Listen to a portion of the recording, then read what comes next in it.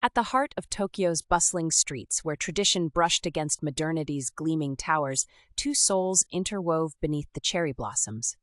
Kazuo, a diligent apprentice potter, found himself lost in the rhythmic dance of the potter's wheel, forming delicate shapes from mere lumps of clay. Every evening, as the sun dipped below the skyline, casting long shadows across his small, cozy studio, he'd wonder about the shape of his own incomplete life.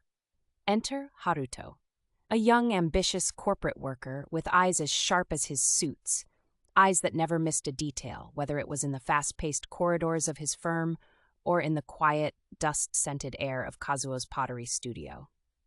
His life was a series of schedules, each hour accounted for, until one fateful evening, when he decided to take a detour through the quaint arts district. The soft glow of the pottery studio was inviting, a gentle call amidst the chaos. Their first meeting was a symphony of exchanged glances and shy smiles. Kazuo's hands were stained with clay, his apron a testament to his passion.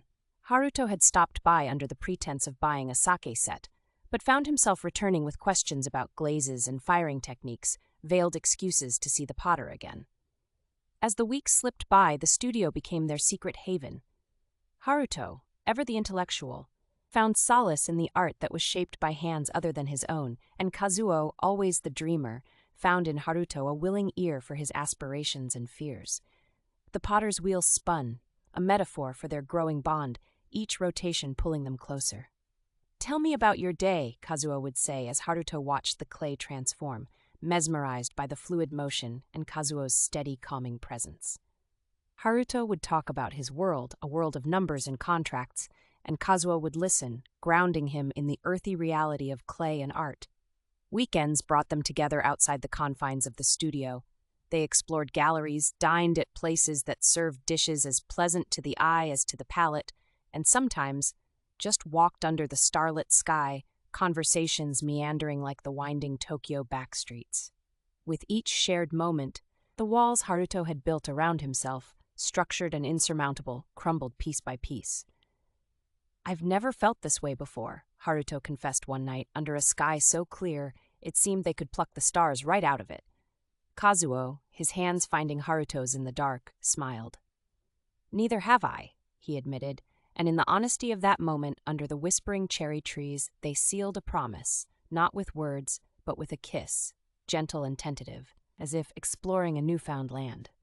But happiness is often a prelude to trial. The demands of Haruto's job grew, pulling him away, his time stolen by endless meetings and overseas conferences. The studio felt emptier, the wheels slower, the clay harder to mold. The absence was a tangible, heavy thing, cluttering the space between them, filling Kazuo with a dread he hadn't known before. One evening, as the first leaves began to turn, signaling the end of summer, Haruto returned. He stood at the door, a figure framed in hesitant light, the lines of exhaustion etched deep.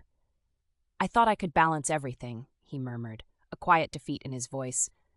"But I forgot to cherish what truly mattered."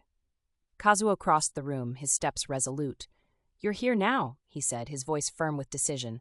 "Let's make it right." And in the studio where they first met, surrounded by the scent of wet earth and drying pottery, they talked. It was a conversation of concessions and understanding, of silent acknowledgments and shared dreams, rebuilding their future with the patience of a craftsman. Months flowed into years, and their lives, like the pots on Kazuo's wheel, took shape, a testament to imperfection, effort, and beauty. They learned that love, much like pottery, required patience, needed to be shaped with tender hands and sometimes repaired with careful fingers. Beneath the cherry blossoms, where it all began, they stood once again, hands clasped.